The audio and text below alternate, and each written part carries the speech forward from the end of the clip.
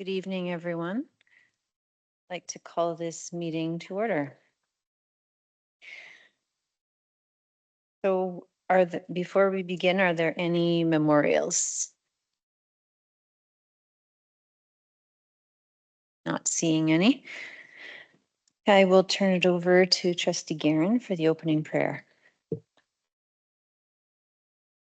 Thank you, Chair. I also wanted to take a moment for us to acknowledge all of the recent convocants, I guess, that are soon to be graduates, including our student trustees and including Rebecca, who graduated from, or convocated from Resurrection last week. And I just wanted to highlight what's going on with her, that she's accepted into the McGill University Bachelor of Population and Global Health. And she did extremely well in terms of awards at her ceremony. She was awarded the French Award of Excellence, the Canadian and World Issues Award of Excellence, the World History Award of Excellence, the International Certificate Program Scholarship, and the Susan Fransky Mission Award of Excellence. So we are very congratulations.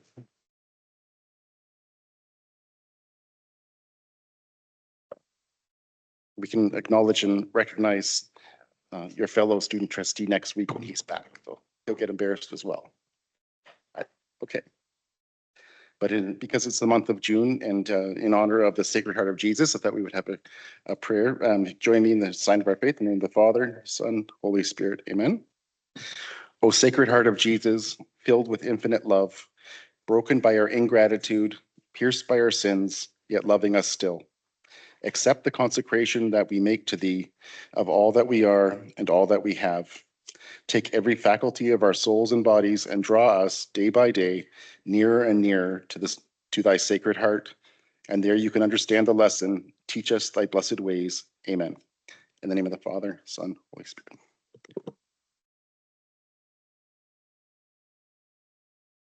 Thank you, Trustee Guerin. Moving now to our territorial acknowledgement.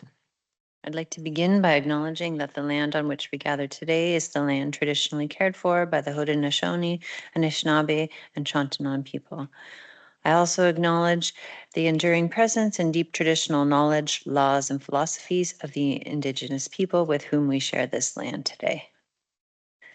Moving now to 1.3, approval of the agenda. Can I get a mover of that motion, please? Trustee Sikora, Trustee Francis. Okay, we have consensus. Okay, thank you very much. Moving to 1.4, declaration of pecuniary interest. Do we have any from the current meeting or previous meeting? Okay, seeing none. There are no items for action, so I will move on to item 5.1, proposed 2026 to 27 school year budget presentation. Through you, Madam Chair, I'd like to begin with some opening remarks, if I may. So good evening, everyone, and welcome to this year's school year budget presentation. I just wanted to start off by thanking our finance team, our superintendent, executive superintendent of finance, Shesh Maharaj, senior manager, Laura Isaac, and our manager of budget and financial reporting, Renee King, and your entire team, some that are here this evening as well, for the incredible work that has been done in such a short amount of time and the dedication that you brought to that. I know you must be tired, and we're certainly understand that budget season is never easy or simple, and this year was certainly no exception to that. So thank you very, very much. I just want to thanks to our senior team leaning into these really difficult conversations throughout the last few months. We have to make difficult choices during budget season and holding firm to the principle that resources must follow student learning, student support, and well-being, with faith at the center of everything we do. And this year's process was challenging. More challenging than in previous years, for sure. Our provincial budget information arrived in mid-May. Certainly did compress our timelines around how quickly things needed to be doing, with very little runway to get things done. So we navigated uncertainty, certainly around our reps, and you'll hear about that this evening as well. And we wait for more clarity as well. And so we had to make decisions and dig deeper. Certainly having to stress test our priorities and make sure that our decisions were sound and enforce, guiding with student learning, guiding every decision that we've made. We aligned our priorities with our multi-year strategic plan and our pastoral plan, and with Catholic faith at the center of our work. And every decision came back to one question, which was, can every child access what they need to be successful? And that is what kept us grounded throughout this challenging process. So the budget that you see tonight will reflect these realities. Changes that you'll hear you'll hear about some of the changes this evening, and I can assure you that our team never lost sight of students throughout this entire process. So with that, we'll turn things over to our senior manager, Laura Isaac, at this time. Great. Thank you. So tonight we have a number of items that we'll go through. Similar to other years, we'll go over more of the details of the budget. We will go into some specifics, but we do have the budget book as well that we've given to you to read. We don't go over all the details that are in the book. It's there for your accompaniment, your reading leisure, if that's your jam after hours. As Annalisa said, we did get the ministry announcement mid-May. We were given some direct messaging by the ministry this year, which is a little bit of a different tone than what we're normally used to. And again, we were looking for some clarity and some information. So there was a little bit of frustration and waiting for this announcement. So it did feel a little different than in other years, that's for sure. Especially when they're talking about consequences for non-compliance and greater accountability, all things that we do normally. So it was just, again, a little bit of a reminder for boards. So the collective agreements were honored, the ones that were open. So they did provide funding for anything that was within negotiations. However, they didn't provide funding for any other group. So the principals and vice principals are the only collective agreement that is currently open. But normally they would provide a nominal increment for every other group, but they didn't do that. They're in the process of starting central bargaining, so that might be part of the reason why, but that is a deviation from what they would normally do. They provided 2% increase for non-staffing for school facilities funds, as they have in other years. And they continue the phase-in of the Statistics Canada census, which is a nominal amount which we receive, which is sprinkled throughout the grants. They did provide funding for 2 new initiatives, the supplementary classroom supplies and consistent curriculum resources.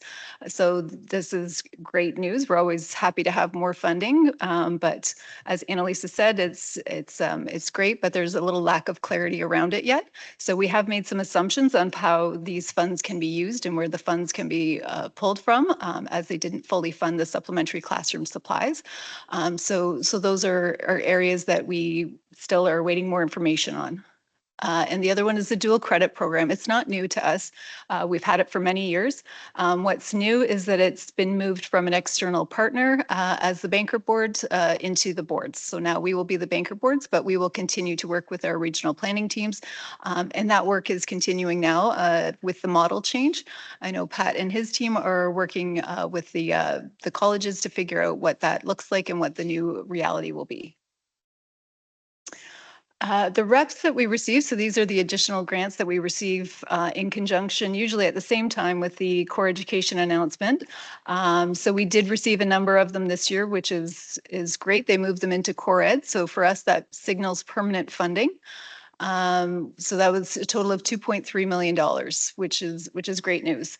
The column on the right that shows 1.4 million, those are reps that we currently have this year that haven't been announced yet. So we're still waiting. So even now the ministry is saying that the information's coming soon. So we can't do any planning until we get that information. These are not guaranteed sources of revenue. We do say that every year, that this is a year-to-year initiative that the ministry has put forward. So we're not sure why the delay has been taking so long. They're usually not that delayed, but so we're patiently waiting for those. They updated student transportation funding. They modified some spec ed funding. They reminded boards that student and family support offices are to be in place and operational, and reminded us that they provided no additional funding for that. And they remain status quo with capital funding, which is good news. In terms of our just overall budget process, we do start in January, so it does seem like a long time to get us to this point in June.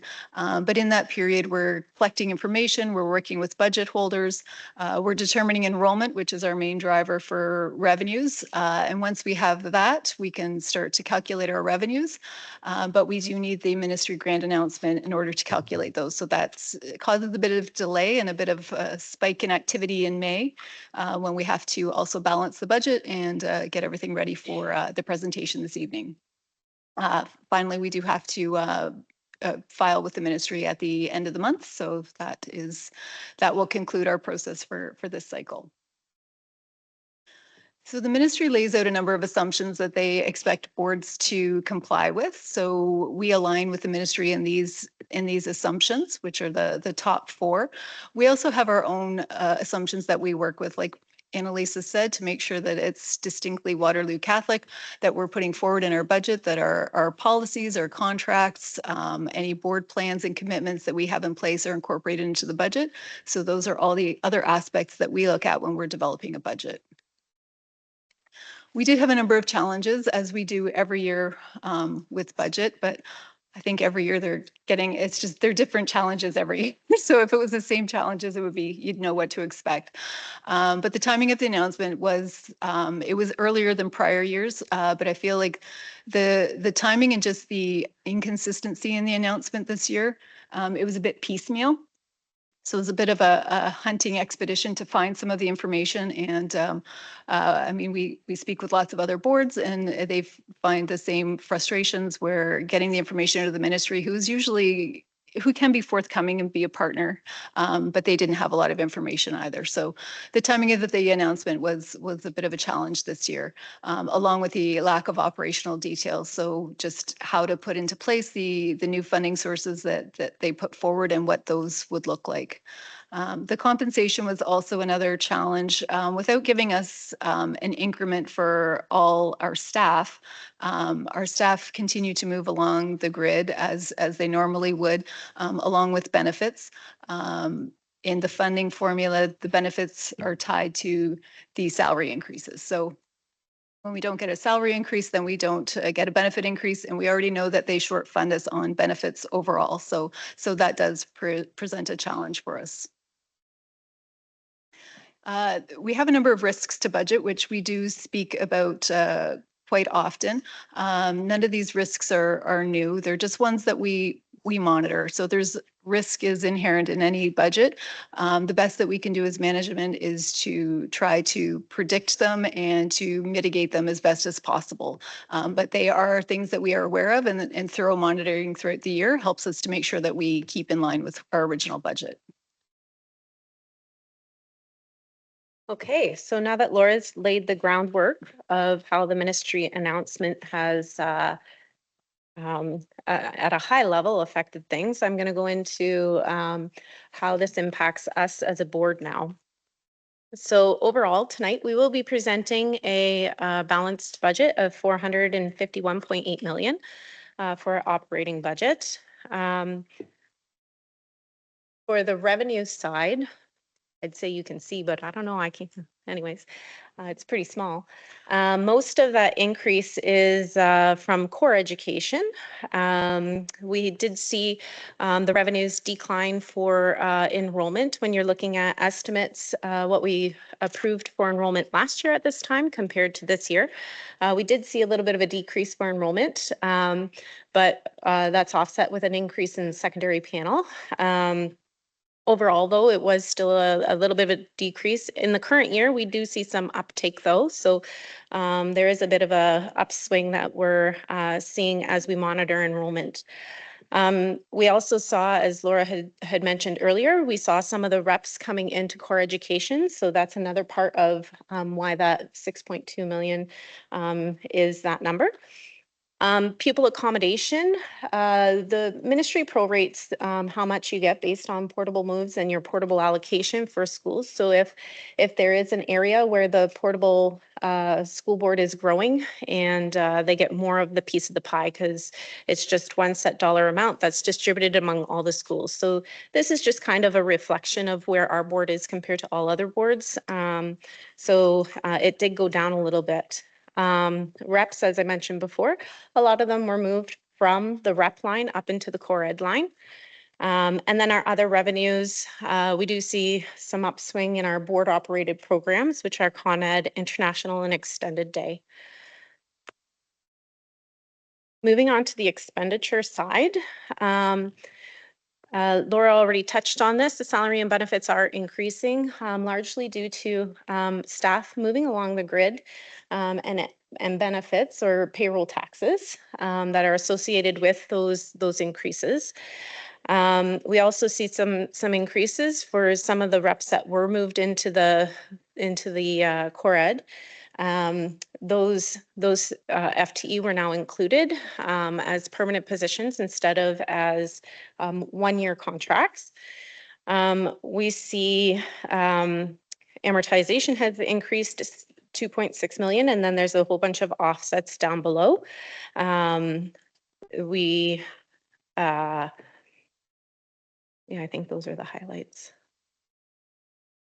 For accumulated surplus, I'm going to pass it back to Laura and she'll walk us through this section.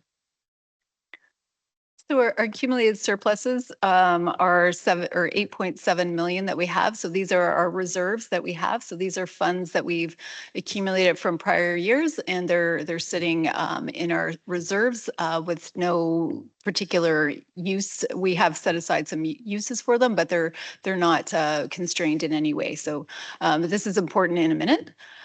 So we also have deferred revenues, which is similar. So they are revenues from a prior year that we have set aside for future expenditures that we'll use. So these ones are a little more fluid. So these are just additional revenue source that we have available to us, but they're for specific things. This is where if we have funds that we carry forward from year to year, they would go into this funds, and then generally they're used fairly quickly because we have an offsetting expenditure. So why the accumulated surplus is important is because of our board risk assessment. So this is a way that the ministry assesses board health. So they look at your accumulated surpluses as a percent of your operating revenue. And if you are above 2%, they consider you to be a low risk board. And I'm happy to report that we are at 2.1%. So we are in the low risk range. So this just means annual monitoring for the ministry as per normal. So there is kind of a sweet spot because if you have too many reserves as well, the ministry was starting to look at boards that had built up a significant amount of reserves and requiring them to draw them down. So, it'd be nicer to have a bit more than 2.1%, but it's still a good spot to be. The ministry a number of years ago put in different compliance regulations to ensure that the non-academic side of the house isn't like overspending the allocations in funds that would be redirected from the classroom. So in terms of board administration, facilities, and transportation, they put some compliance regulations in place where you cannot overspend these areas. And so we are compliant with those regulations that they have in place. And finally, they have a balanced budget in-year requirement as well, and we are also compliant with that, which means we don't need to file an in-year deficit plan, which would otherwise be the case. So as you can assume, enrollment is a main factor in our budget processes. So we spend a little bit of time with our budget advisory committee reviewing our enrollment scenarios. There are 4 that are prepared and presented to the budget advisory committee every year. They look at different assumptions, different patterns that we've seen in recent years. We do expect that the Budget Advisory Committee, as we're having those meetings, they kind of challenge some of our assumptions, ask questions of us so that we can make sure that we're moving forward with a reasonable enrollment level, as that drives a lot of our revenues, but also a lot of our expenses. The committee is made up of different community members. We have some trustees, we have principal association representatives, as well as community members from CPIC and SEAC. So that helps us to make sure that we're having a well-rounded enrollment projection. We get frontline feedback from the principals, and then we also get community inputs. It's important to note that some of our enrollment that is included in core education is not included in, some of the enrollments are excluded from core education, such as our international students as well as our Con Ed students. Our international students for the upcoming year, I think we're at about 185 is the projection, and that program is currently for the long-term program projecting about $500,000 profit to the bottom line for us. So those enrollments are not considered when we're talking about core education grants. When we did meet with the Budget Advisory Committee, they did select a total enrollment for core education of 28,562 students.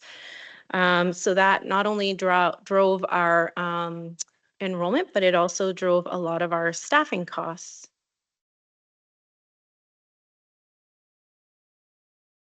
So staffing obviously accounts for a large portion of our budget. We had a net increase of 5 positions. We did see some increases because of the new schools that will be opening. We saw, as I mentioned before, some of the reps moved into core education, so we added some positions to comply with those. And we saw a little bit of growth in the extended day programs. Some reductions that we do see in the staffing is the enrollment-driven staffing for teachers and school administration. We did right size our staff to be in alignment with the enrollment that we just reviewed. We also see costs increase for supply costs that we saw that trend really hit us in the current year. So we were projecting those trends to continue into next year, and we've included increased costs for supply and sick leave. There's other indirect staffing costs that we've included for training and WSIB increases as well. So those two together make up the fulsome salary and benefit picture that we're looking at tonight.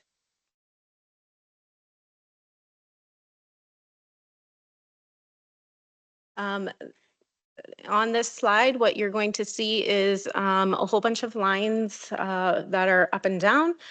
A lot of the negatives, so the teachers and the school admin line, those are being adjusted down to reflect the lower enrollment compared to last year's estimates.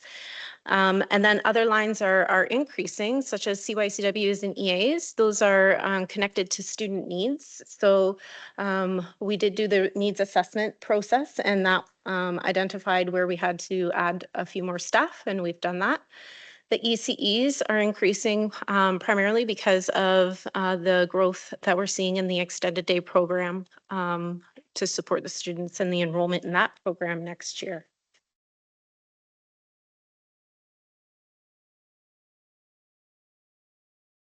So in 24-25, the ministry did change how the core education, we moved from grants for student needs to core education. And when they made that move, they renamed the funding categories. Now they're funding pillars. So we're going to start off by looking at the capital budget, that side of the house first, and then we'll move on to the operating budget. So the first part of the capital budget is pupil accommodation, debt service costs, and capital projects. So this is looking at the expense side.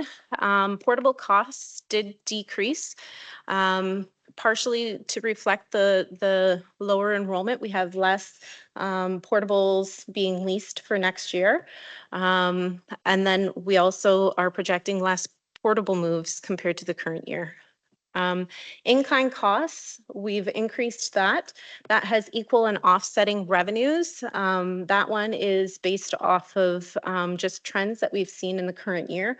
We see schools are ordering more supplies, so we've increased that budget to reflect where we think that trend is going.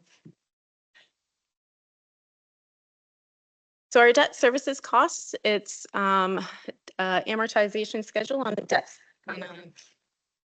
Many year projection. It's very set, so it's being decreased as per the amortization schedules. And short-term capital interest, we have some, this is based on our capital projects that we have ongoing at the time. And it's just a reflection of how much extra interest we think we're going to get over the year because of all of the cash flow impacts to our.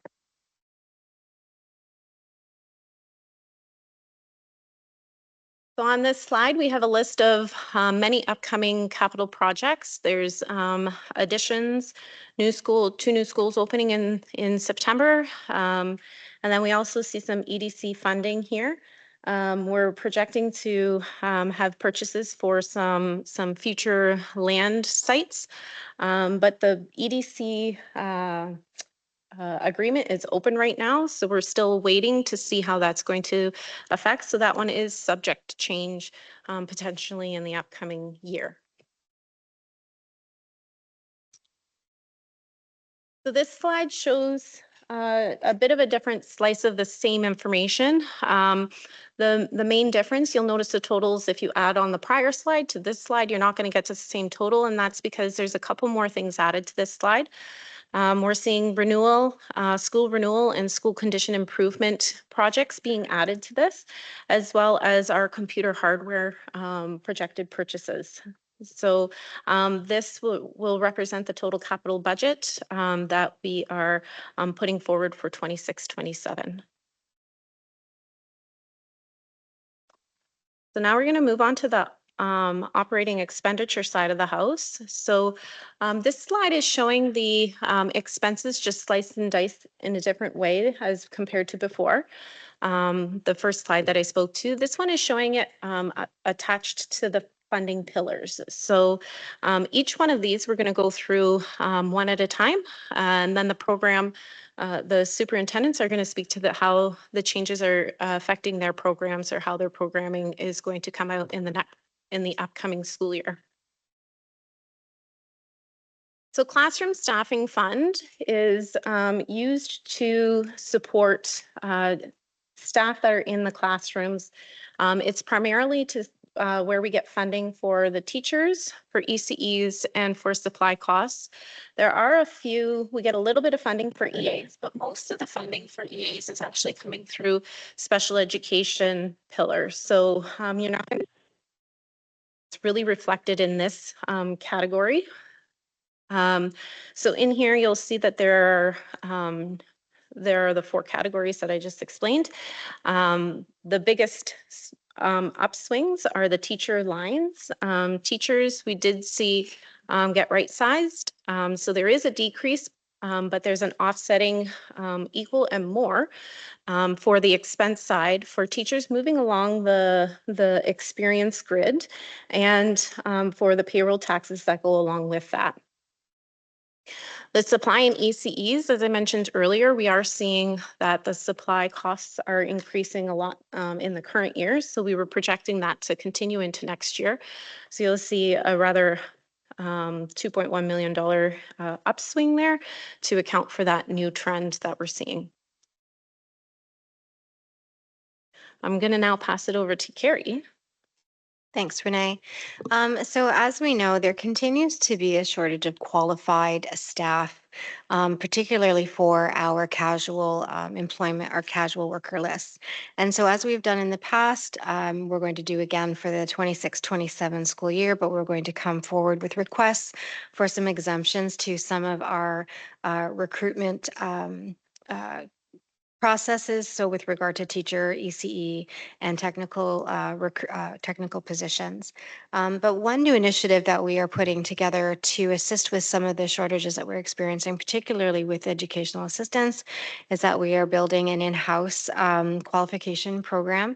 And so that is in development phases, and we'll have that ready to go hopefully for the fall.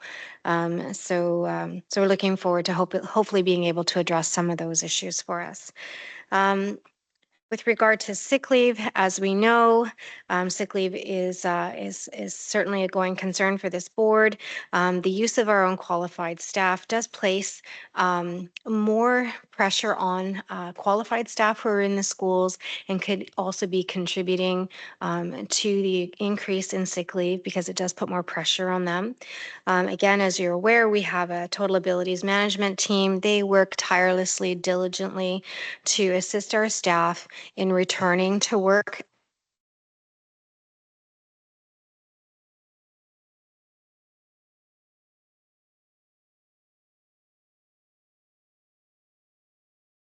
Sorry about that. So they do work to try to get staff back to work as soon as possible. And also we have an attendance support program that has been and continues to be a tool that we use to support staff in being at work on a regular basis. We had that program in place long before the ministry asked us to do it. So it's something that we continue to do and to try to address some of these issues. The other thing that we did do, as you may recall, is that as part of response to the Guarding Minds at Work survey, we implemented a recognition program that was one of the factors that was rated fairly low. I'm happy to say that the program had a really nice response rate this year, and it seemed that people were quite pleased with the recognition that they received. We are working on an initiative right now with our communications team on broadening that so that even more people can have access to it and more people can receive the recognition they so greatly deserve. And that will also be launched in the fall of this year. Thank you.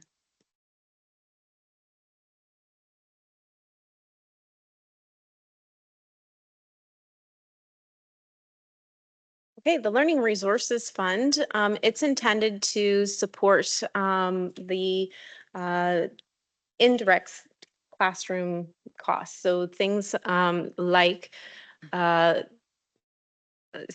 computers or school admin, paraprofessionals, library and guidance, those types of indirect school costs. So within this line, you'll see that there is the largest upswing is on the textbooks and learning materials lines. That's where we're seeing the classroom supplies amount that Laura spoke about earlier, as well as the curriculum, consistent curriculum materials. You'll notice that school budgets went down. We did reduce school budgets because we felt that the classroom supplies, consistent curriculum. It was consistent curriculum, met the criteria of supporting the school budgets. So we did claw back the school budgets a little bit, but then that increased in the text and material lines. You'll notice that the school admin line was reduced a little bit. That's to bring it more in line with the enrollment that we're projecting for next year. Finally, the last one that I wanted to highlight to you was the computers line. We did create a new methodology for the upcoming school year with the intention of making it a little more streamlined for finance and IT department. So we've we've changed that. So you'll see a decrease here, but you're going to see an offsetting and a little bit higher of an increase on the board admin line. We're trying to just make it easier for both of our departments. I'm going to pass it now to Paul. Thank you, Renee. Our new 3-year pastoral plan calls us to a renewed way of being church, rooted in listening, inspired engagement, and courageous service. As we conclude year 1, listen to understand, we recognize the strong foundation built through intentional, compassionate listening across our system, inviting the voice of the Holy Spirit into our schools and our communities. Moving into year 2 this fall, inspired to engage, we will build on this momentum by expanding meaningful opportunities for students, staff, and families to actively live their faith, strengthening relationships, and deepening our shared commitment to Catholic education. Our strategic curriculum focus for the 2026-2027 school year will be twofold.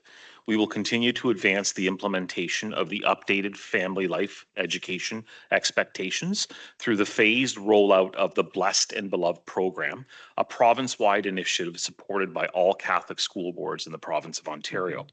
This initiative represents a key system priority in ensuring alignment with current curriculum expectations and the consistent delivery of high-quality faith-based family life instruction.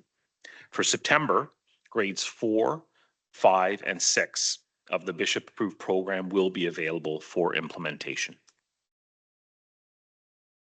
A second key strategic priority for the 2026-2027 school year will be the renewal of our Growing in Faith, Growing in Christ digital licenses for grades 5 and 7, which we are securing for a 5-year term.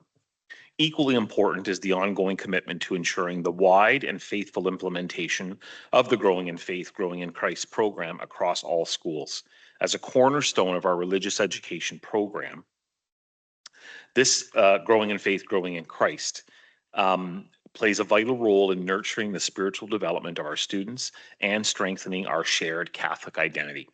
Through targeted professional learning and monitoring, we will ensure consistent implementation across all schools so that every student experiences a common, high-quality religious education program that is aligned with our Catholic identity.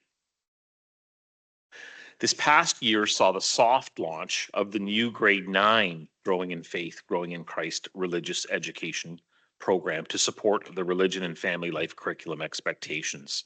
Throughout the year, our religious education consultant, John Murphy, worked closely with program heads from across our 5 secondary schools, as well as the incoming program head for Notre Dame, to prepare for our full system-wide launch of this exciting and significantly enhanced religious education program. Staff have been developing a series of tools to support teachers delivering this new program, including digital access, a teacher manual, and student texts.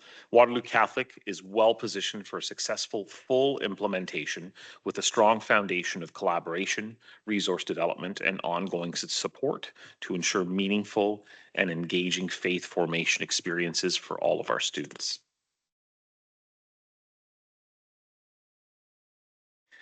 Pastoral plans have continued to guide and shape the work of the Waterloo Catholic District School Board in meaningful ways over the past several years.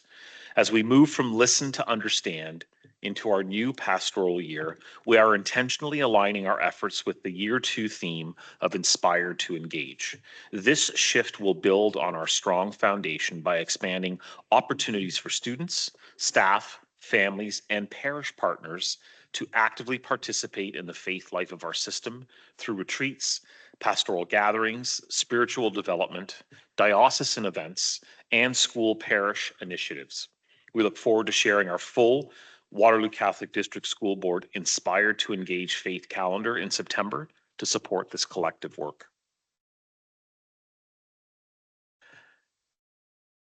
In French, we are ensuring that newly established French immersion classrooms are set up for success through access to appropriate resources, program supports, and alignment across grade divisions. This includes a focus on continuity of learning, excuse me, and a coherent pathway for students from elementary through to secondary.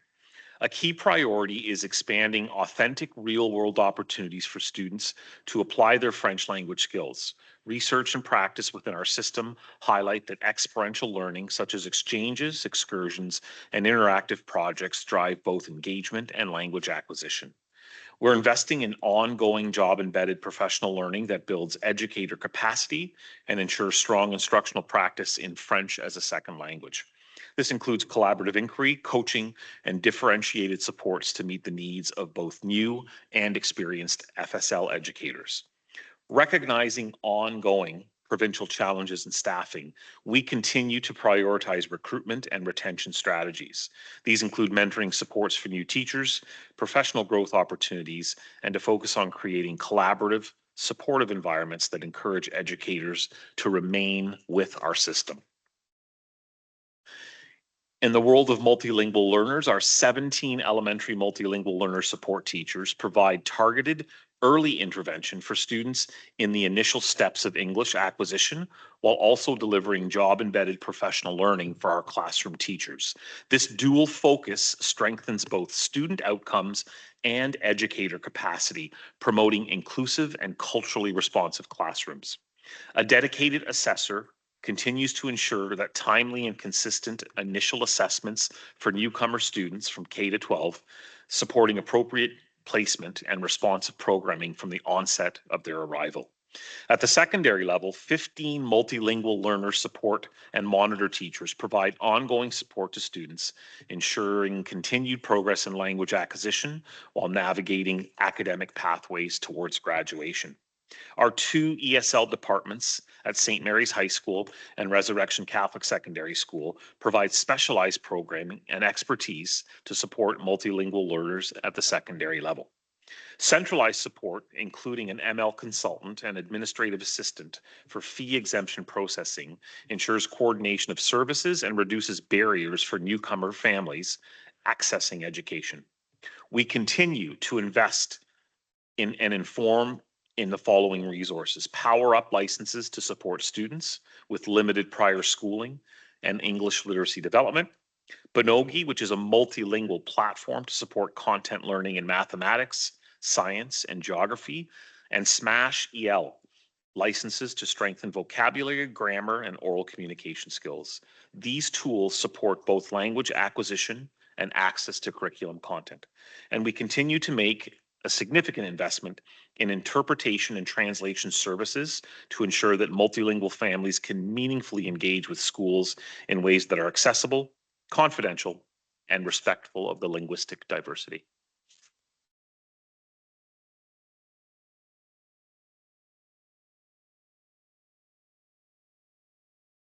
This introductory slide is our system-wide mental health priority for the coming year, as we are in year 2 of 3 of our year plan. We're focusing first on strengthening student leadership, mental health literacy, and access to support.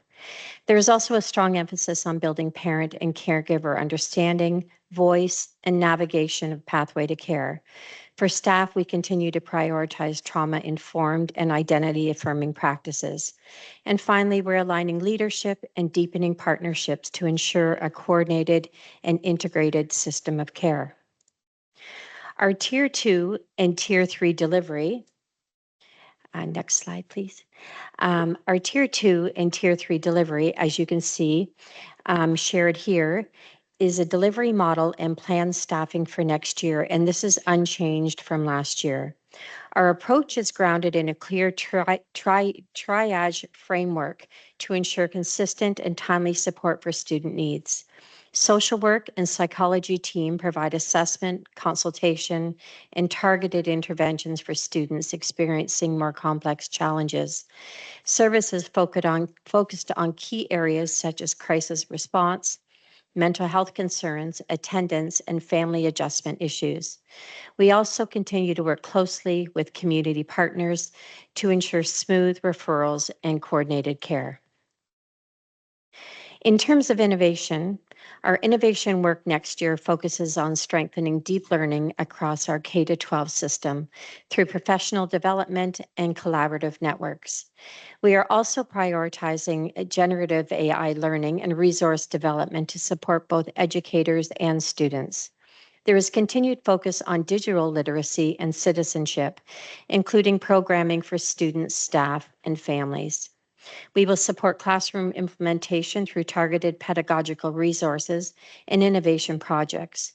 Initiatives like Sunnyside Intergenerational Project and Focus Curriculum Programming help to bring this work to life in our schools.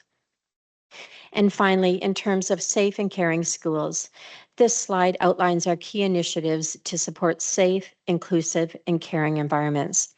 We continue to build student leadership through programs like our Safe School Ambassadors at both elementary and secondary.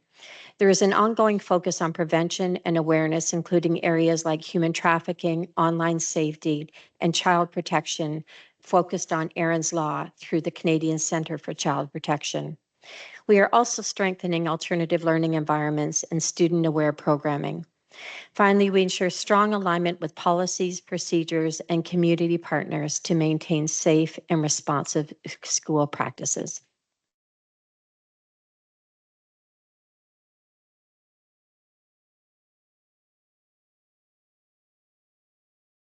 Thank you. Looking into 2026-27 program services, we're looking at our literacy goals, strengthening early literacy foundations through screening and purchasing culturally responsive resources, delivering targeted high-impact instruction through our 8 literacy special assignment teachers support, and adaptive tools like Lexia Power Up to close skill gaps. Build educator capacity system-wide through professional learning and coaching to ensure consistent, evidence-based practices across all of our classrooms. And Indigenous education focus. We continue to provide direct support to Indigenous students and families through community partnerships, essential needs programs, and culturally grounded services. We are expanding our academic support with 2 new Indigenous student support educators targeting math help in grades 3 and 6, and secondary credit attainment guidance as well. Strengthening Indigenous learning across the system through new resources in all departments. We're dedicated Indigenous learning weeks and cultural days in elementary and secondary, and enriched grade 11 NBE programming. And finally, deepening cultural connection through land-based learning development and partnerships with GRCA and Huron Natural Area and Indigenous summer camps. And our work in math, we continue to work in our schools, always promoting our board-approved math resources and our digital math tools. Math coaching to priority and board-identified schools. We have our 4 math coaches and 1 math lead coordinator. And the math lead teacher work with our math lead teachers in each school across the system. We have 64 and 48 schools that will lead that work alongside us again next year. For healthy active living actions, we're expanding some physical activity opportunities through the XBeat Kick Revival, professional memberships, and elementary pickleball that also supports staff wellness for use. Enhancing active play and recess engagement with the Activate Your Playground resource from CIRA, which is the Canadian Intramural Recreation Association. And increasing access to diverse movement experiences by providing centrally available equipment that schools have access to sign out, such as curling, bocce, and target games.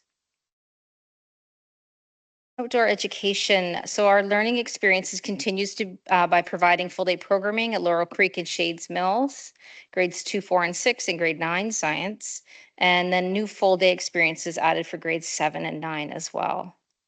We're supporting the secondary outdoor education through continued programming for secondary courses and school-based outdoors clubs, and that is an extracurricular outdoor adventure club that the secondary schools do participate in from grades 9 to 12, wilderness expeditions such as canoe trips, camping, hiking, and other outdoor excursions.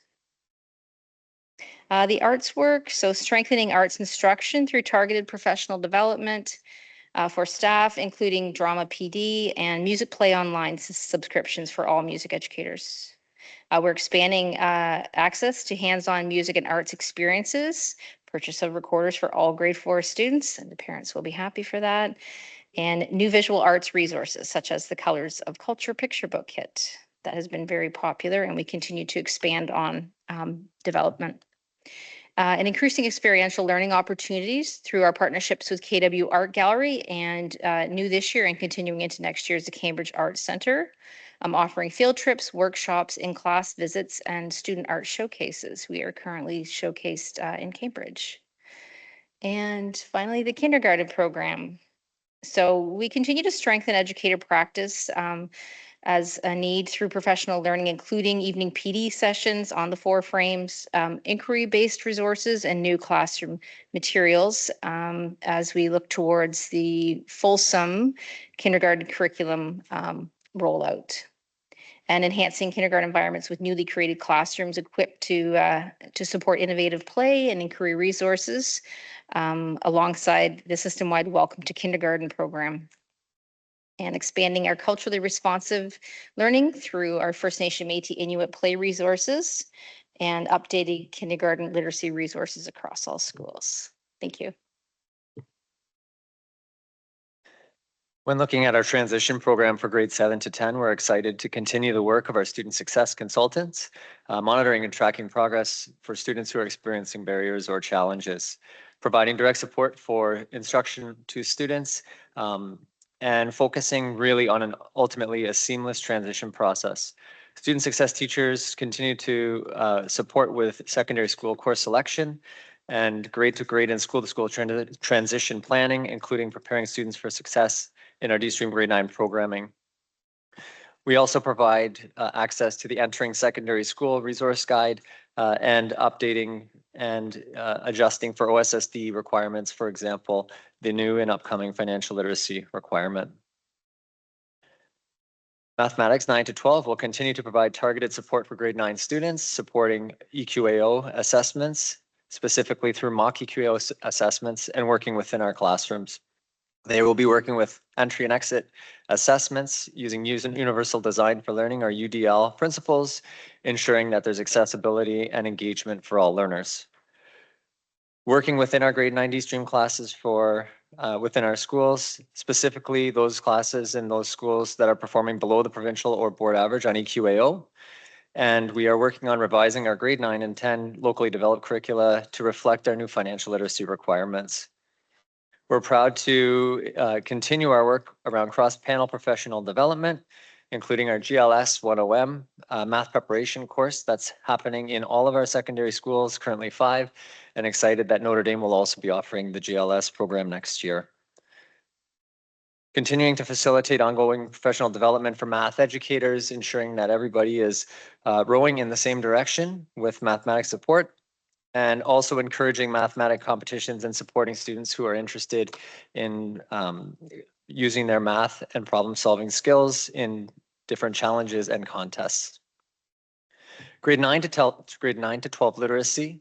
We are continuing to work on targeted intervention and assessments, including Lexia Power Up as a diagnostic and physical diagnostic resources to identify and close foundational literacy gaps for our students. Our OSSLT work and improvements will ideally continue, and we are working with the school improvement program heads at each school through our literacy consultant on OSSLT preparation and planning. We will continue our cross-panel release time and continuity between grade 7 and 10 literacy programs. We will continue as well around our equitable text selection and student engagement, making sure that the books and resources that our students are using are grounded in our Ontario Catholic graduate expectations and Catholic social teachings. And finally, continuing our work on future-ready skills and ensuring that professional development is happening within our literacy program to prepare our students for the future.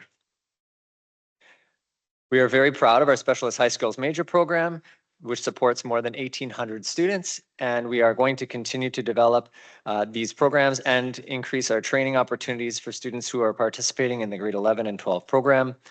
We are going to continue with our work with community partners, for example, St. John's Ambulance, as well as a variety of different offsite training opportunities.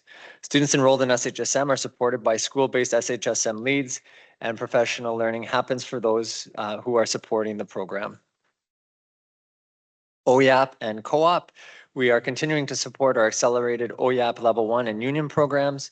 We had great success this year and look forward to continuing our success at our Skills Ontario events, including the goal that we achieved this year with one of our students. We are going to continue to expand our co-op employers to meet the increasing demand for co-op opportunities, which is directly related to our SHSM program. Supporting skilled trades initiatives in collaboration with our partnership with the Business Education Partnership, local unions, and employer stakeholder groups. Maintaining our OYAP STEM kits for use in elementary schools, and ensuring that our co-op students receive the appropriate health and safety training and equipment. Our experiential learning program will continue to provide those experiences for students outside of traditional classroom or curriculum experiences. Our organized chaos program will continue within our grade 7 and 8 classes, providing approximately 1,500 students with those hands-on activities.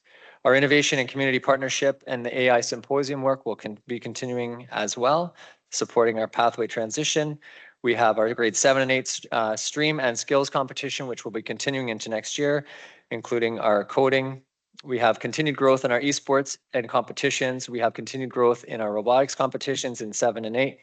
And we're very excited about the cross-panel work that happens between our grade 7 and 10 classes with experiential learning. We will continue our collaboration with staff and continue to develop relevant, meaningful workshops, including lunar rovers, debating responsible agriculture and mining.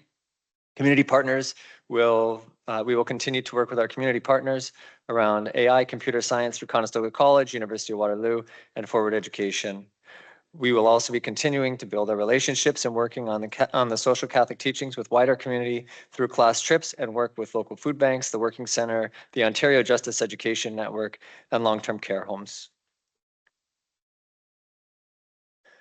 Our leadership development strategy continues to grow, as you are aware. This year we had 102 participants and we had 39 graduates from our Part 3 in the year 2026. We're very excited to continue to develop our leadership program with a new induction leadership program. We also have work happening with When Faith Meets Pedagogy. Vice principals in waiting and training will be happening for those people who are part of hiring pools, ensuring that we have appropriate transitions in place as part of our leadership succession planning. We are waiting to hear back on our rep for experiential professional learning for our guidance educators, and we're hoping that that will come through. We have our leadership through innovation program and our commitment to leadership through equity, diversity, and inclusivity at the WCDSB. Finally, mental wellness support and human resource training for administrators will be continuing into next year.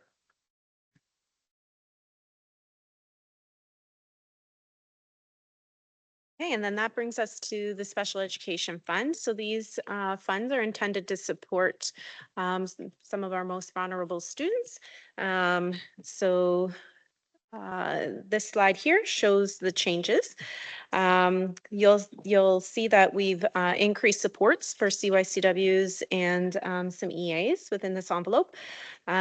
We did see a little bit of a decrease in the sick leave in this pillar. We also see some increases because of the schools, 2 new schools that are coming online. We have some EA 0.5 EA tech that we've included in here to support students in Notre Dame. We did see some reduced professional development within this portfolio to help with balancing the budget. I'm now going to pass it over to Gerald. Great, thank you, Renee. This next slide, I think, is a big celebration point, and I want to really thank the Board of Trustees for their advocacy on this, as well as the SEAC and advocating for Special Education Transition Navigator. You may remember this has been a rep for the last 2 years. We have advocated for this to go into core funding, and it now has. So that's definitely something to celebrate. We continue to see a need for this support and a lot of positive feedback from staff, from families, and from community partners. And I wanted to bring tonight just a little bit of an update.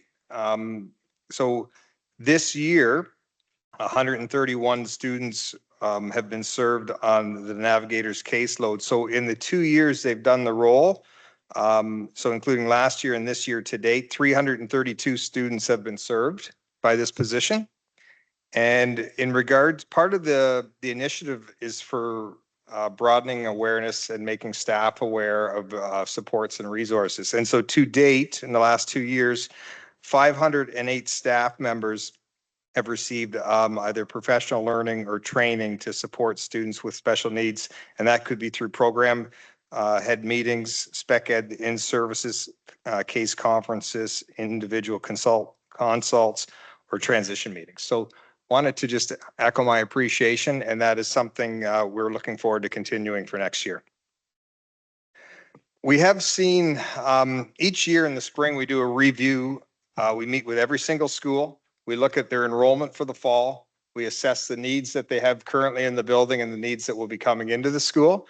We've seen over the last 3 years a significant increase in referrals for our collab team. We've seen a growth in the number of IEPs. We've seen a significant growth in the last 3 years of students with autism coming into our system. And so one of the things that with that, this next year, we're going to add another special education liaison to support with that. And they're going to be able to support. We went from, in the last 3 years, approximately 4,300 IEPs to this year, almost 5,100 IEPs. In regards to autism, we've probably seen, well, approximately 649 in 2023, and now we've almost have about 1,000 students with autism. And so this role will be able to support in IPRCs, IEP development, programming, transition to school.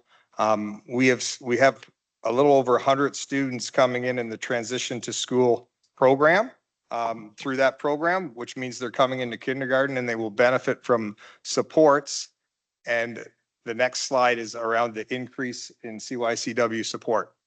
And so when we assess the needs of the students, a lot of them are going to benefit from targeted skill building and support in deregulation and, support in being able to manage within the classroom and build a little bit more independence. And so I do appreciate the executive council's support on this, and that we're going to be increasing our CYCW by 5 staff for the fall.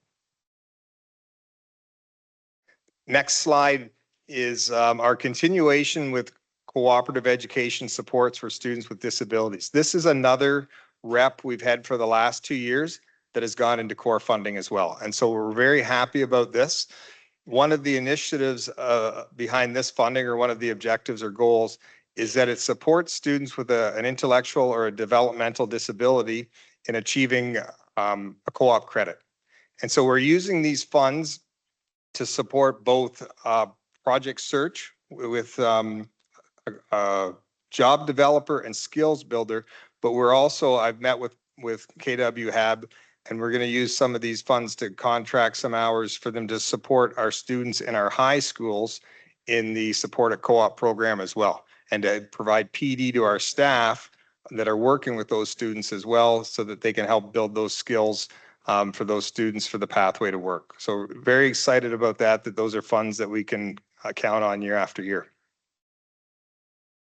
Reading intervention, some of my colleagues has touched upon this. This is an initiative that is a joint venture with program services and student services. This is another rep that went into the core funding. And so we're happy to continue the great work that's going on with this. And the bulk of these funds, it's used for reading intervention and licenses. And so to date, we've purchased 3,500 Lexia licenses with this funding, which will be a pilot program we've done the last 2 years, and we're able to continue that next year in our schools, which is a great goal, and we're very happy about it. And we literally have not just teachers, but administrators asking, they're hearing about it and the good work that's being done, and they're requesting to be added onto the program. We're going to continue on with our adaptive sacramental kits, and we've had a great turnout the last 2 years. We've seen the turnout grow, and it's an initiative that aligns with, our beliefs in inclusivity and our faith as well. And so we're excited to continue that. And then the next slide. Thank you. These are just a few other core initiatives I wanted to highlight. As Renee and Laura spoke to, they haven't confirmed the rep for summer special education funding next year, but we still have it for this year. So we're continuing on with summer special education supports and transition supports for this summer. It'll support Summer Boost. It'll support the transition to fall programs, and also added supports for Head Start. Discovery Days, some of you on SEAC would have seen the presentation about Discovery Days. It was a joint collaborative venture from one of our high schools. Monsignor Doyle worked alongside Cambridge Memorial Hospital. We're committed to rolling that out across all 5 high schools.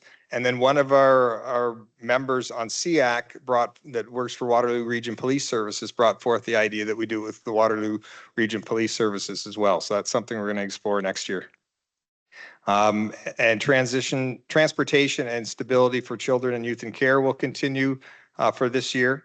And we're excited that one of our upcoming PA days half of the day, September 3rd, will be dedicated to special education and IEP development. So that's another initiative that we're going to be implementing and then following throughout the year. Okay, so the next pillar is the School Facilities Fund. This is the pillar that helps us to support our schools, the physical buildings, to make sure our students are coming into welcoming, clean, safe environments. So within this pillar, you'll see that there was a reduction in the utility line. That's based on trending. As Laura mentioned earlier, there is a bit of risk to utilities, as you never know what each winter and spring is going to bring. But based on trending, we did reduce the utilities. We did see an increase in staff in this part of the budget to support the new schools coming online for increased square footage. And we also see an increase for sick leave and supply costs supporting the facility side of the house. You'll also notice in here that there's a rather large uptake for amortization. This is the biggest portion of amortization, and it's just timing of depreciation of our buildings in the system. Pass it over to Sheesh. Thank you, Renee. So just to highlight a couple of things that we'll be looking at in the next school year and that form part of the budget that you're looking at tonight. As you know, the consistent theme for the last couple of years has been construction, a lot of construction additions, which you'll see 5 of them listed on the slide, and new schools that the team will be working on. Luckily, we will be getting back our friend Anna in construction, so that'll provide a little more bench force, if you will, because she does a great job, and there's just so many projects that are going on that the team is a little bit thin right now, so we look forward to her return. Okay. Thank you. So the next slide, what I'd like to do is highlight a couple of things. So Laura initially in her opening comments spoke about some of the things that we had to do to balance the budget because of the timing of when it came out and our ability to make reductions later in the year. And so I've highlighted a few of them on the screen in terms of what we've done with facilities. And you should know that all of my honorable colleagues here did reduce in their budgets as well, which was very much appreciated to get us to where we are today. Renee spoke about utilities and a reduction there. So certainly in line with trending and what we've seen for the last couple of years, but we usually like to have a little bit extra there for contingency because utilities are very hard to control. Zeb and his team, which is, I believe, a team of 3. I think it's him, himself, and him. I don't know what the me, myself, and I is for that, but do a great job. And you saw his presentation in May of the savings that he's achieving, but there's still a little bit of volatility there, and we usually like to have a little extra back just to manage that. So we did reduce the contingency. We did have in the plans a set of repairs for one of our tracks, which is unfortunately deteriorated because it's been used quite heavily. And so we're going to look and try to provision for that in a different way, but we did have to take it out of the budget for now. But I think Adrian has a master plan to bring that back around. There's some equipment that we deferred, so that's a little bit of an easier cut because the things are still working right now. And then general supplies and some of the training programs that we had planned. So it's not all doom and gloom, but you just need to be aware that we did take a lot of things out of the budget that the team would like to move forward with, just like everyone else here. The one good thing, it's kind of interesting, is the tech lab repairs model. So currently we have, all of our secondary schools have quite robust tech labs, very specialized equipment in those tech labs. And from time to time, they need repairs. They also need inspection on a regular basis to make sure that they're safe for the kids that are using them. And we've been contracting them out. And I think we have a bit of a backlog, unfortunately, of work that is required and some of the stuff that had to be taken offline. So we're going to move towards a model where we have an in-house pro, which would be a millwright. And so we've actually added that into the budget, which should actually reduce some of our costs and provide some on-demand expertise where needed in our high schools. So that's a great model. And Adrian is extremely excited about that. Okay, moving from the facility side of the house to student transportation. So this pillar supports the students getting from home to school and back home again in whatever capacity that they need.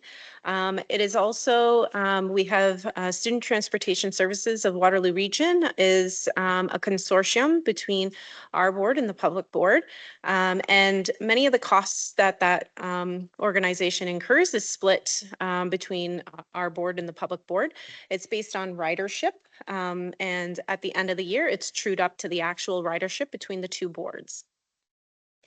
So within this envelope, we are seeing that there were increases for taxis and Grand River Transit tickets. And that's offset a little bit by some reductions to the yellow bus contracts. But most of these reductions are actually related to the ridership percentage. Last year, our assumption was that we would have our portion of the ridership would be around 42%. And we were a little bit off with that. So this year, we're projecting around 38%. So we do see a decrease in the costs because we have less portion of those expenses compared to the public board.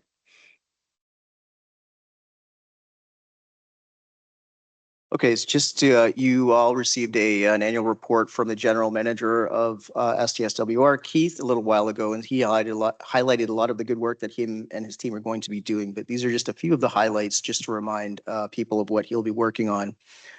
So as you know, we have a bit of a shortage of bus drivers that just continues to kind of lag on and lag on. All of our bus drivers, all of our bus operators, with the exception of a couple, are a lot better, and their performance and KPIs are very good. So there's a couple that he's working with, and he's going to try to bring them around to improve services for the families and students that rely on those. So he's going to be working on that during the year. The next one here is actually a very big undertaking. So the contracts that we have with our school bus operators are expiring. And so typically what we would do, and we've started on this process, is to develop a very large and robust RFP document and issue that and get our bids back and then make some decisions on what it's going to be.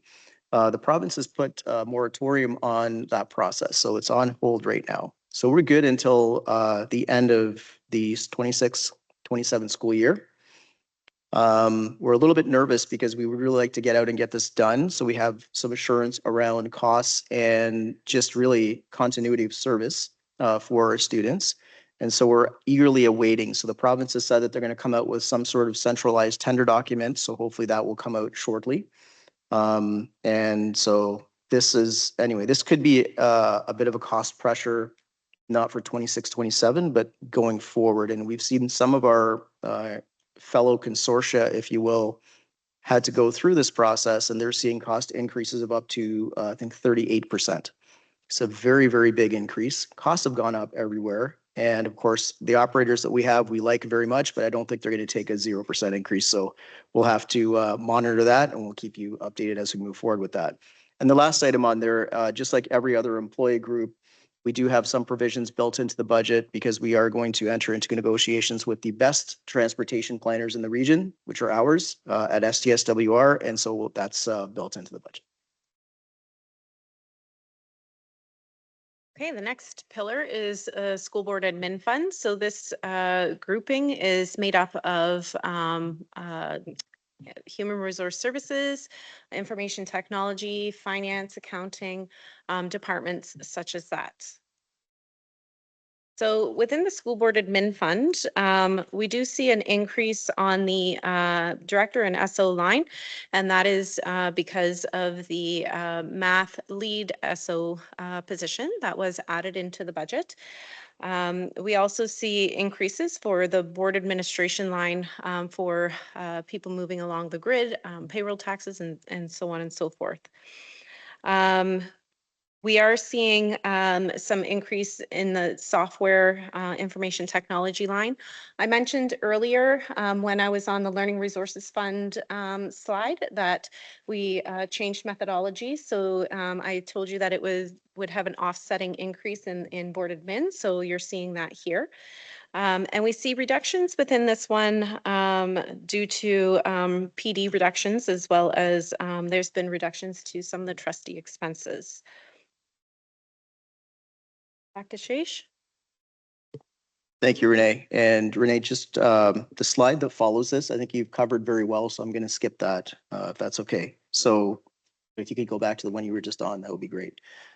So there's two priorities listed here for school board administration that are very, very important that I've highlighted, and they are built into this budget. The first one, we have to thank Trustee Marissa for her advocacy on this. So this is the replacement of our human resource information system, which serves both our HR and payroll departments. Very complex project, a lot of people involved, and they're in the midst of this right now. So there's a lot of things in the budget supporting this big project. And we think that our partners and employees at the end of the day will benefit from more accurate pays, more timely information. And so that's going to be great. The other one here is EDSTA, the Enhancing Digital Security and Trust Act. And I know that you're all very familiar with that acronym, but this is what it is. It's a big deal. And IT, they're a little bit overwhelmed with what is going to be required. And so there's 5 key things that are going to be required here. The first one is we have to designate a cyber lead. Well, I don't think they're overwhelmed by that because that's going to be the CIO. So that's good. Carrying out a cyber posture assessment every 2 years. We do that on a regular basis. That's going to be fine. Reporting cyber incidents to the province. Well, hopefully we never have any to report. But again, that is a very easy thing to do. Implementing a cybersecurity program. We already have one in place and we think it's one of the best. However, the red here, I think is very important. So there's a requirement in EDSTA that we need to disclose to parents and families on an annual basis how their child's digital data is being shared.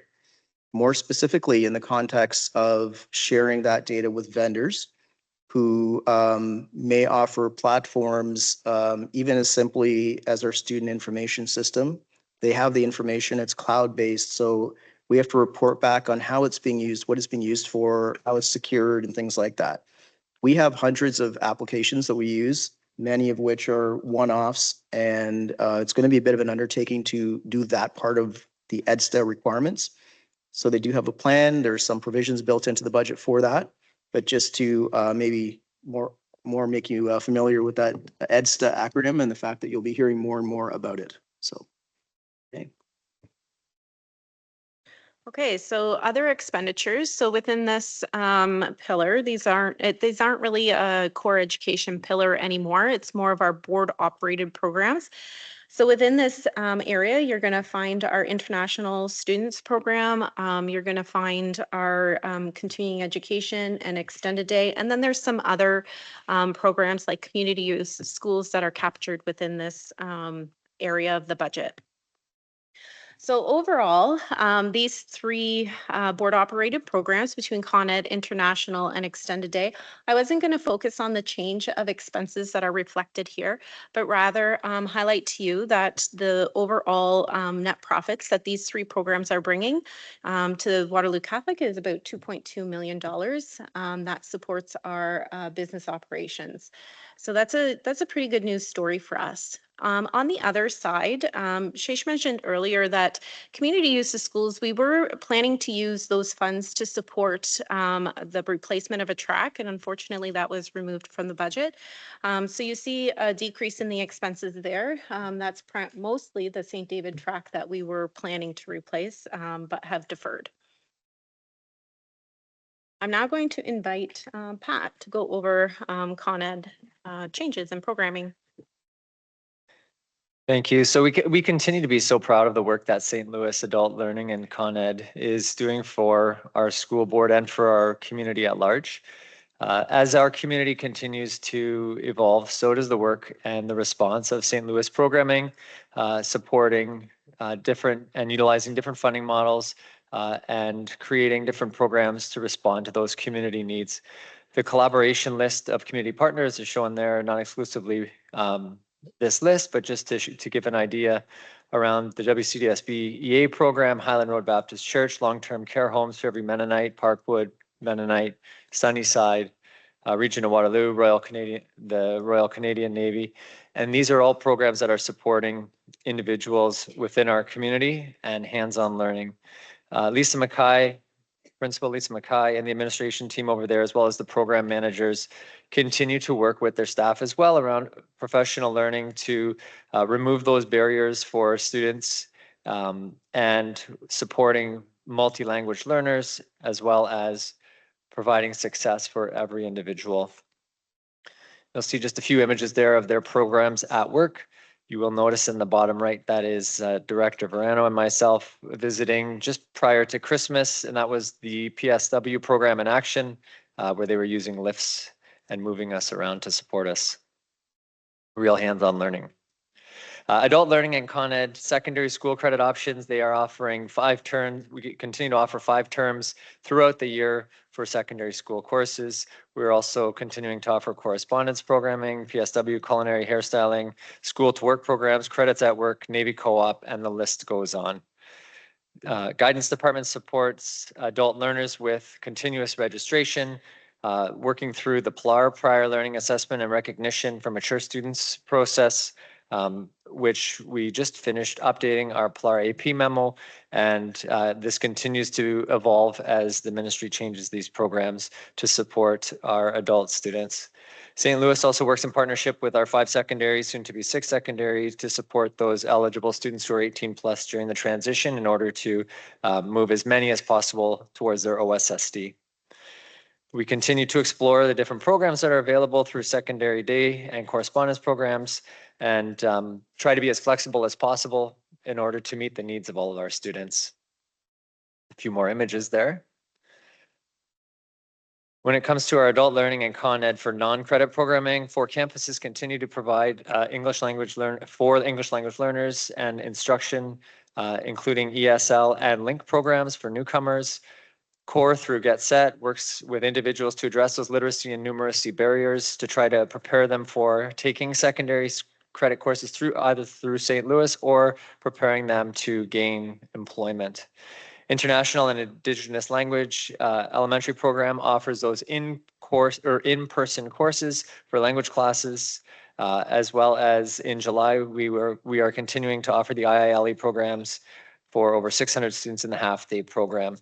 As Gerald mentioned, Summer Expedition, as well as homework clubs will continue to run both throughout the year, as well as in our summer programming.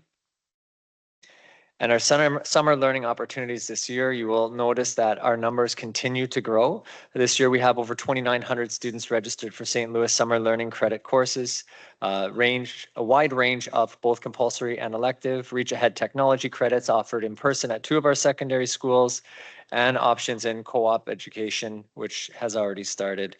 Finally, as Gerald mentioned, our Head Start into grade 9 continues to provide that experience. Very, very powerful program. We are also going to be offering a transition program for our Notre Dame students, including our grade 7 transition, as well as the grade 9 students as well. The Extended Day program continues to deliver a high-quality play-based experience led by registered early childhood educators who are members of the College of the Early Childhood Educators of Ontario.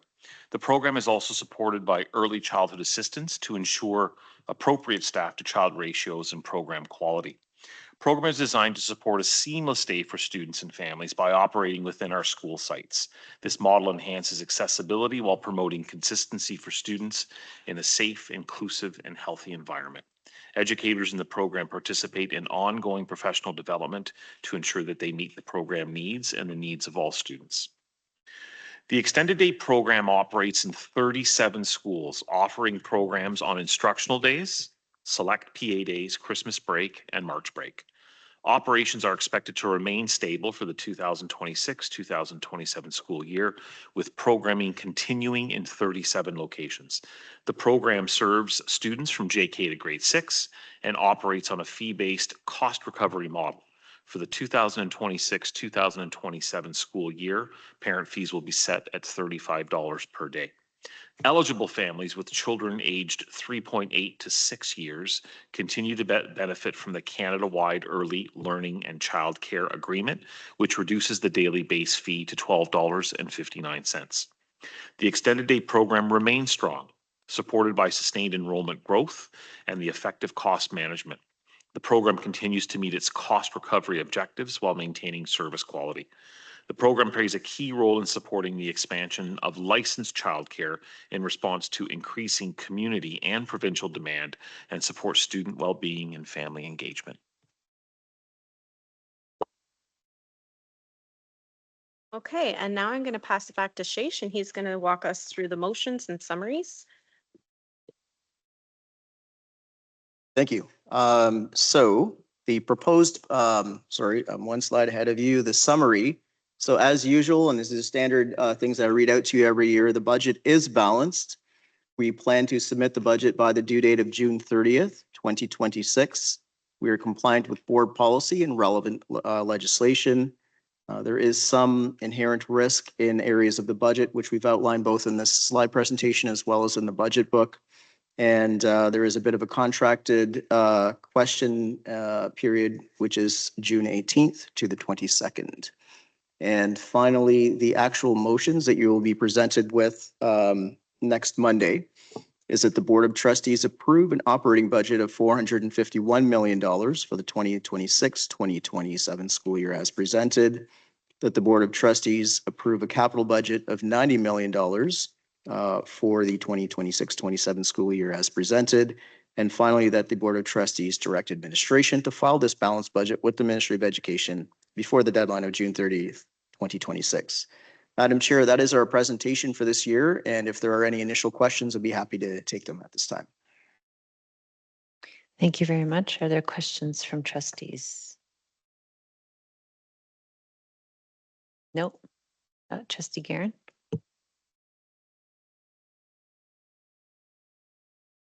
To you, Chair. So thank you to all of you for all the presentations. So I think there's lots of great material there. I had kind of one is like a 10,000 foot level question about, like, you've already outlined that there's some inherent risks in there, and like what are the contingency plans if those risks come to fruition, or the reps don't get renewed, or the collective bargaining results in higher than expected costs? What is the plan to offset that? So I referred earlier to our preference to have contingencies in the budget. There still are some, certainly not anywhere near what they should be if we wanted to be really risk averse, which is what we like to be. We do have some comfort in a couple of things. So the first one is, and we're not banking on it in this budget, but we're looking at enrollment and registration, and we think there's probably going to be a little bit of an upside on that. However, nothing's built in for that because we want to stay a little bit conservative. The other thing is the province has been very good about flowing funds when they do come to an agreement with various and sundry employee groups. They usually fund what it is. We had a couple of years ago a bit of a discrepancy with Bill 124, and they came good, but it was after a while. Like, it was unexpected, and we just got a big money dump at the end of the year, which we were grateful for. It was just, anyway, we were a little bit nervous for a while. I don't really have a good answer for you other than those two things, because we certainly have taken out what we could take out reasonably from the budget based on what we were seeing, but it's still not what we would like it to be. So yeah, there is definitely risk in this budget. Absolutely. Can I ask a follow-up question, Brian? So, are things like, additional cuts in technology purchases and maybe even in land purchases, are they on the radar as things that might get cut? We made significant cuts to the IT budget, much to the chagrin of the team. And just because we were able to defer renewal cycles for 1 year. So we should be okay. We do have contingencies in the budget for some replacements and some repairs. And there still is a refresh in there is built in. There's still a very healthy budget, but it's very much lower than what Craig initially asked for. And the other thing that I may have identified in one of the slides that I asked Renee to skip was the costs of devices. Because people like high quality cat videos, the RAM has gone up extremely high. It's doubled. And the device costs have gone up 50% because of that. Because they're paying more for their RAM. It is really a RAM. You see the funny thing on the top saying this is what $900 worth of RAM costs or whatever the standard thing is. That it really is. That's what it is. And so devices have gone up. We're hoping at some point the supply will come around and devices will come back down. But so that's the other challenge is that the money we do have left and there isn't going to go as far as we would like it to go. But there is a pretty decent budget that's still left there. And so we're going to be okay. And you hopefully wouldn't hear about much coming back. Okay, Trustee Weiler. Yeah, just would like to take the opportunity, as same as Trustee Guerin, to thank you all for the time and energy and effort that's gone into the budget. Being accountable for the budget at my organization, I understand the amount of time, energy, and effort that goes into it, especially when information is maybe not as clear as you'd like it to be, and certainly with the time constraints you had this year too. So a big shout out to both Laura and Renee for the work that you do.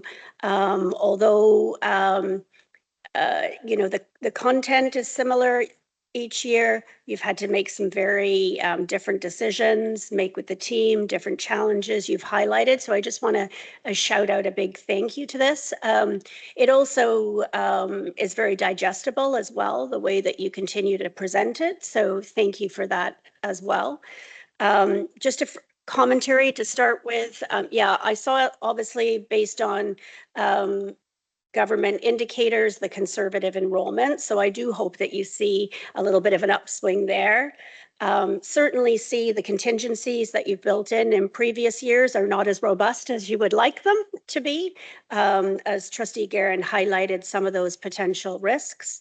And I certainly saw that there's so many reps that we haven't received information on yet. I was excited to see some of the reps go into core funding along the spec ed side, which is exciting to see.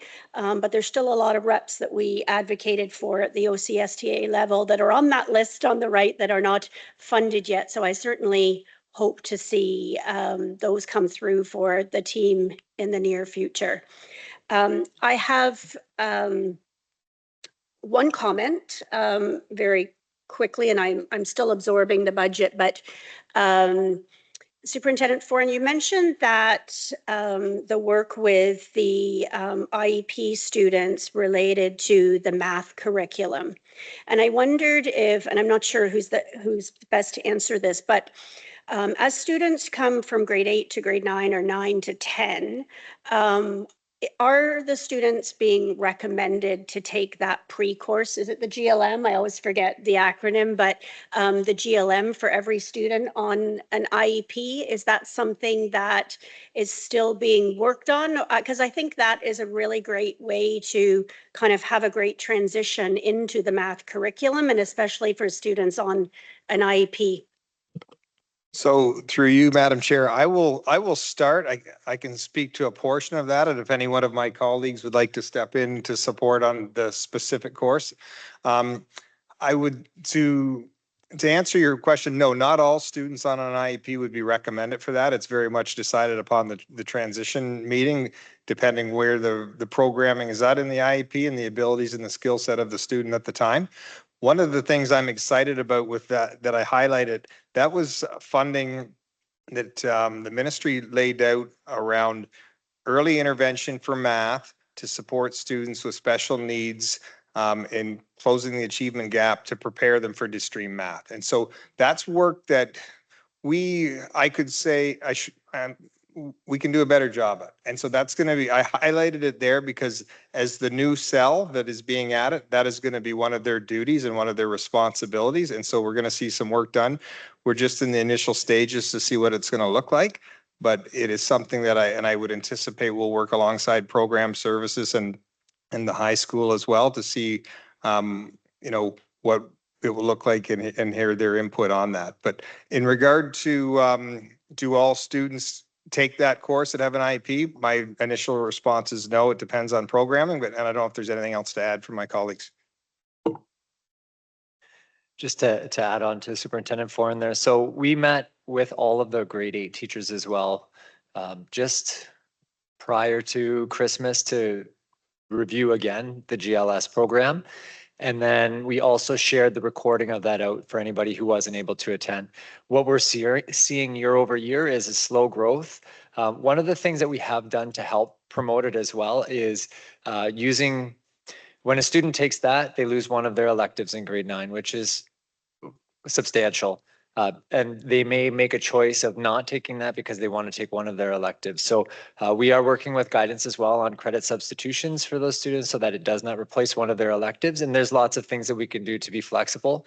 All those transition meetings that are happening, those conversations would be happening between guidance, admin, and the grade 8 teacher as well around what the program is. We have a 1-page with the flow chart and it shows this is how it works. We also had all of our grade 9 guidance counselor, the counselors send to the incoming grade 9 classes an information sheet as well around that. So we are doing a lot of promotion for it and we are starting to see the gains, and I will provide a very small spoiler.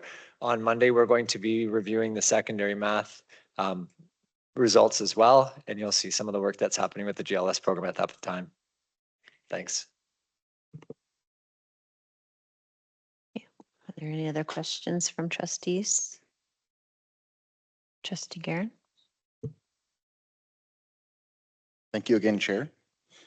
Through you.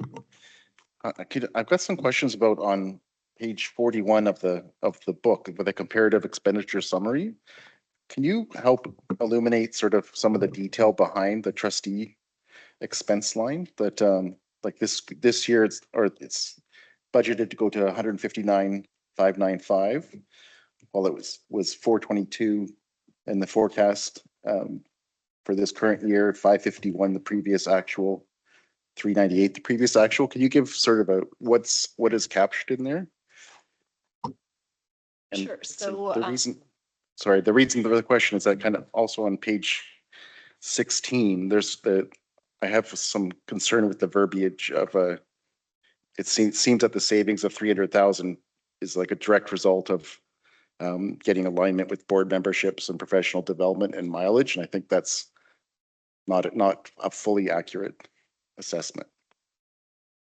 For sure. So what's included in the 159,000 is the trustee honoraria, which is about 120,000 of that. And the remaining 39,000 is for PD, travel, office expenses, some legal and some other costs like trustee awards, those types of things that you guys have under your purview. So why it was higher previously, there was 160,000 for the membership for Oxta, which is no longer able to be paid through the board. And then we did reduce some PD and mileage. Again, we made an assumption about what perhaps mandatory travel would be included, because we know currently in your budget, you do have certain conferences and PD and events and stuff that you attend where you would incur those costs. So we have peeled that back somewhat. Again, not fully knowing all the details about what that looks like. Those are really the main changes of why it's dropped so significantly, but there is still an amount remaining within your budget. Could I ask a follow-up? Can you give us sort of a general comment on how much of the previous 3 years was sort of legal expense related that the trustees spent. Yeah, happy to take that one back and so we can get you a full detail. I don't want to speak out of turn, but we can certainly provide that after the fact.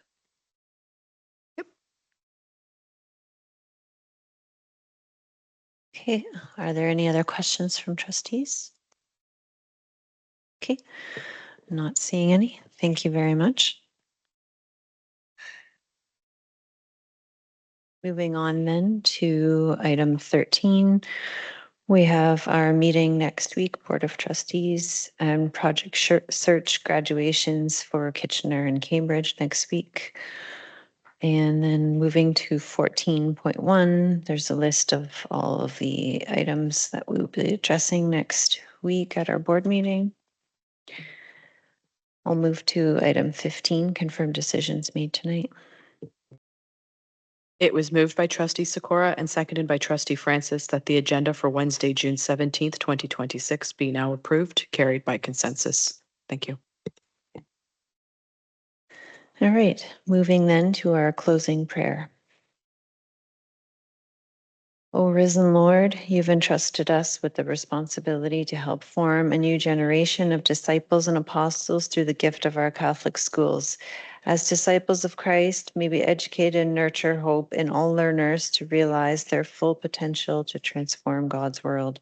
May our Catholic schools truly be at the heart of the community, fostering success for each by providing a place for all.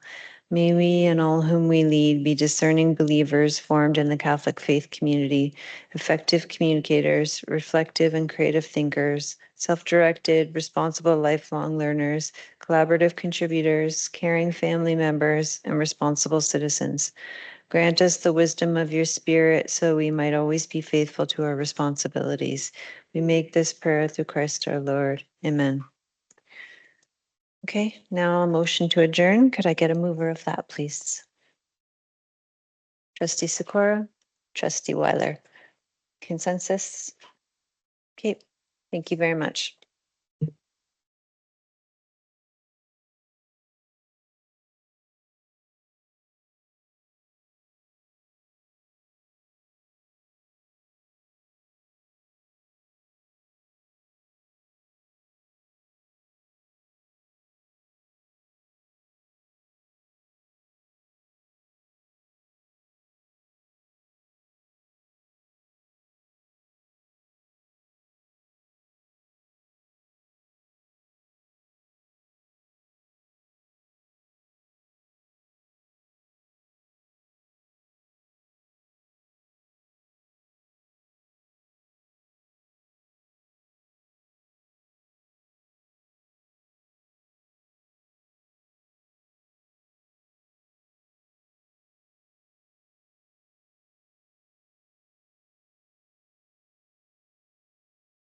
Oh, all right. You're good.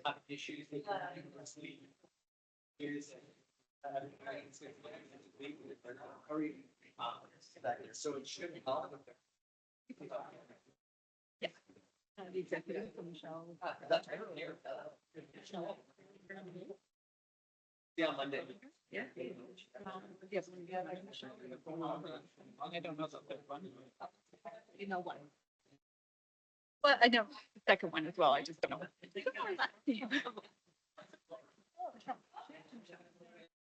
Sorry, no.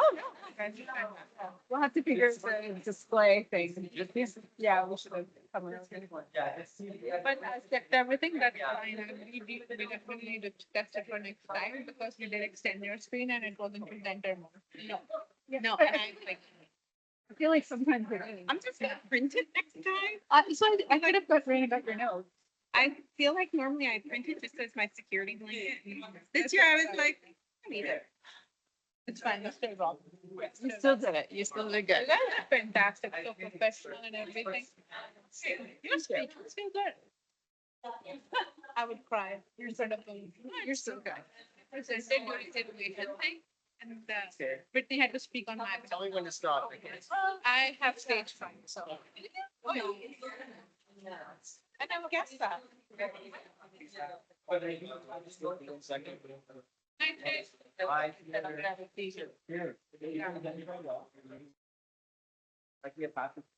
No, I just, I haven't seen this person, so I was trying to do it. Yeah.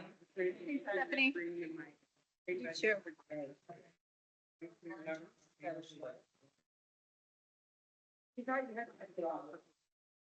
Thank you, Patty. I had no idea how much work this was. Oh. When I started going through all these, I'm like, now I get it. Like to see all the pieces come together.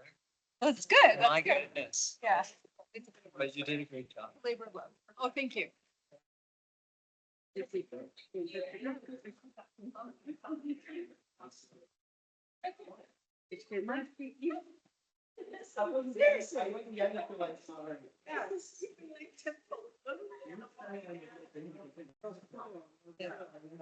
Next Wednesday.